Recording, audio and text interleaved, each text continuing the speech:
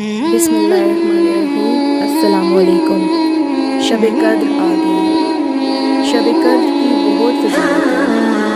امام باقر علیہ السلام ارشاد فرماتے ہیں کہ شب قدر میں پورے سال کے راتوں کا فیصلہ اس میں اچھائی اور برائی، اولاد، رزق اور موت کے فیصلے کیے جاتے ہیں اور حتمی فیصلے ہوتے ہیں۔ امام صادق علیہ السلام سے پوچھا گیا کہ لیلۃ القدر 1000 مہینوں سے کیوں بہتر ہے؟ آپ علیہ السلام نے فرمایا کہ جو عمل شب قدر میں ہوگا وہ ان 1000 مہینوں کے اعمال سے بہتر ہوگا جن میں لیلۃ القدر نہ ہو۔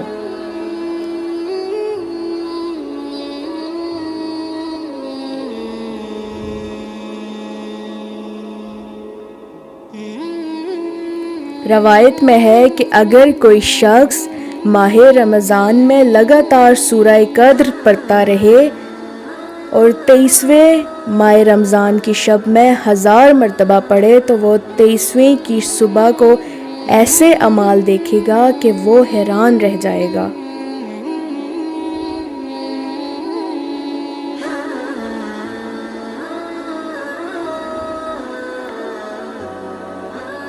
امام باقر علیہ السلام ارشاد فرماتے ہیں کہ شب قدر ہم پر مخفی نہیں ہے، چھپی ہوئی نہیں ہے۔ ملائکہ اس رات ہمارا طواف کرتے ہیں اور اللہ تعالیٰ حضرت موسیٰ علیہ السلام سے فرماتا ہے کہ جو کوئی مجھ سے نزدیکی چاہتا ہے اسے چاہیے کہ وہ شب قدر میں جاگے اور میری عبادت کرے۔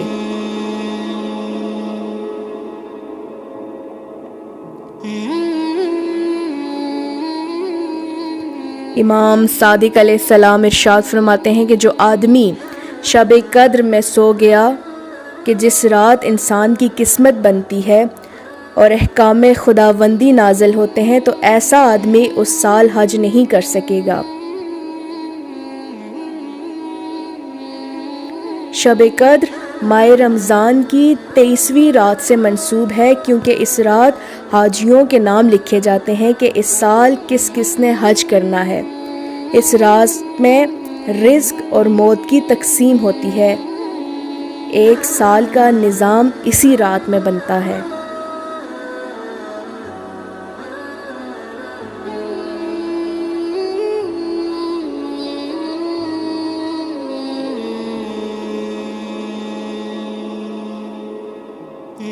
یا اللہ اس ماہ مبارک کی برکات سے اور اہل بیت علیہ السلام کے صدقے میں آج کی شب ہم کو، ہمارے والدین کو، ہمارے تمام رشتہ داروں کو اور تمام حیات اور مرحوم مومنین و مومنات کو نار جہنم سے نجات دے۔ آمین ثم آمین۔